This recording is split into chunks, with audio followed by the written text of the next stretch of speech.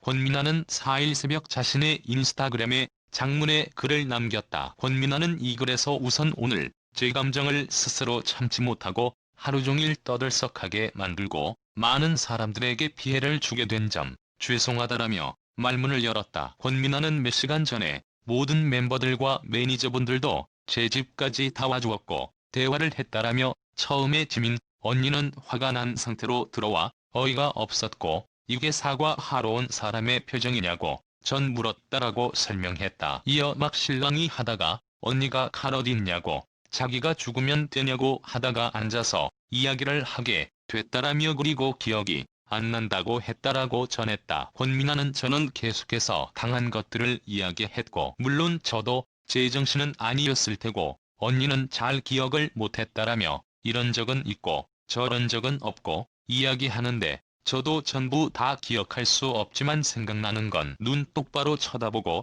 이야기해 나갔다라고 밝혔다. 또한 권민아는 지민이 올 4월 부친상을 당했던 것과 관련해 언니는 장례식장에서 다 푼 걸로 생각하는데 그러기엔 장소가 장례식장이고 그날만큼은 위로해주러 간 거였다라며 자기가 한 행동을 기억 못하는 이 언니가 어쨌든 미안해라고 말했으니 언니 입장에서는 충분히 그렇게 생각될 수 있는 상황들이었다라고 설명했다. 권민아는 근데 11년 고통이 어떻게 하루 만에 풀릴 수가 있지?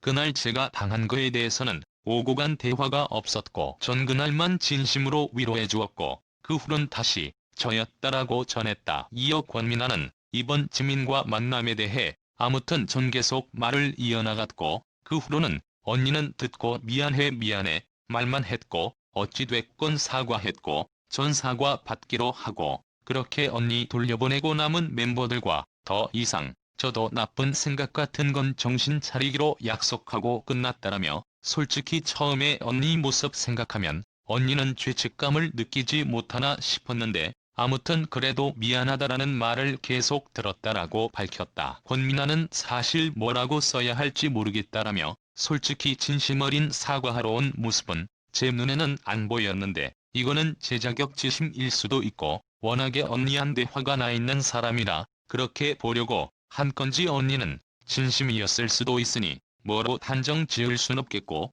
일단 이제 이 이야기를 정리해야 하니깐 저도 이제 진정하고 꾸준히 치료받으면서 노력하고 더 이상은 이렇게 소란 피우는 일 없도록 하겠고 정말 죄송하다라고 전했다. 권민아는 앞으로 조금씩 고쳐나가려고 노력할 것이라며 오늘 저 때문에 피해본 사람들도 참 많은데 정말 죄송하고 솔직히 이 글에서도 제가 그 언니를 좋게 써내려가진 못하는 것 같다. 인정하다라고 덧붙였다.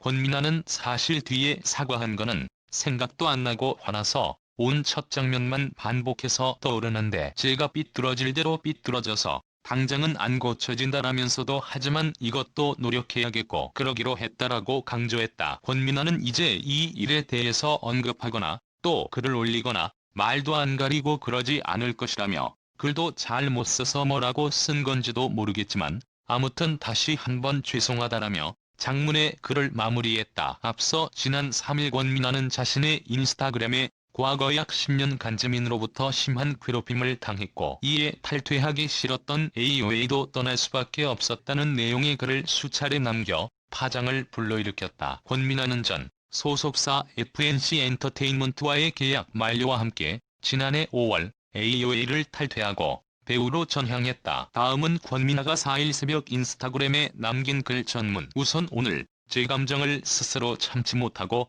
하루 종일 떠들썩하게 만들고 많은 사람들에게 피해를 주게 된 점 죄송합니다.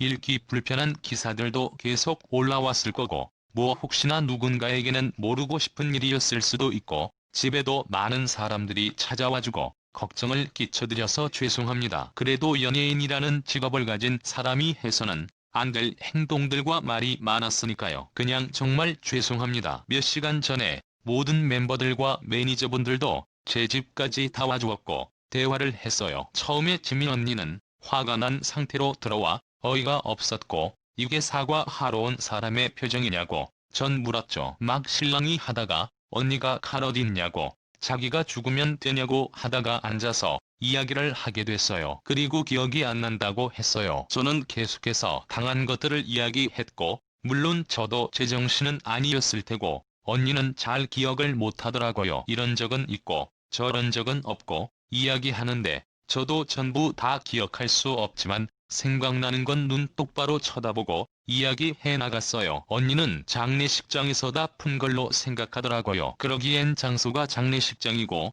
그날만큼은 위로해주러 간 거였고 연락도 그날은 잘 했고 자기가 한 행동을 기억 못하는 이 언니가 어쨌든 미안해라고만 했으니 언니 입장에서는 충분히 그렇게 생각될 수 있는 상황들이었어요. 맞아요. 근데 11년 고통이 어떻게 하루 만에 풀릴 수가 있지?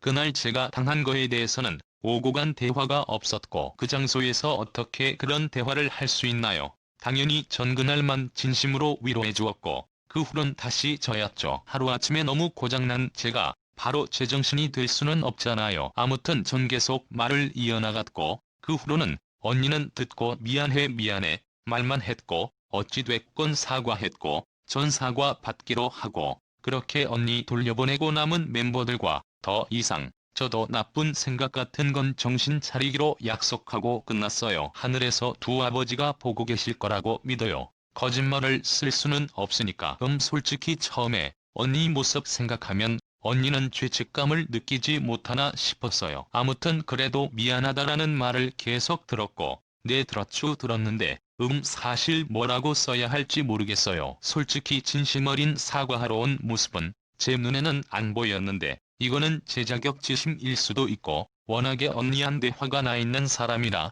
그렇게 보려고 한 건지 언니는 진심이었을 수도 있으니 뭐로 단정 지을 순 없겠네요. 일단 이제 이 이야기를 정리해야 하니깐 저도 이제 진정하고 꾸준히 치료받으면서 노력하고 더 이상은 이렇게 소란 피우는 일 없도록 하겠습니다. 정말 죄송합니다. 죄송합니다. 앞으로 조금씩 고쳐나가려고 노력할게요. 오늘 저 때문에 피해본 사람들도 참 많은데 정말 죄송합니다. 솔직히 이 글에서도 제가 그 언니를 좋게 써내려가진 못하는 것 같아요. 네 인정할게요. 사실 뒤에 사과한 거는 생각도 안 나고 화나서 온 첫 장면만 반복해서 떠오르네요. 제가 삐뚤어질 대로 삐뚤어져서 당장은 안 고쳐져요. 하지만 이것도 노력해야죠. 그러기로 했고 이제 이 일에 대해서 언급하거나 또 글을 올리거나 말도 안 가리고 그러지 않을게요. 글도 잘 못 써서 뭐라고 쓴 건지도 모르겠지만 아무튼 다시 한번 죄송합니다.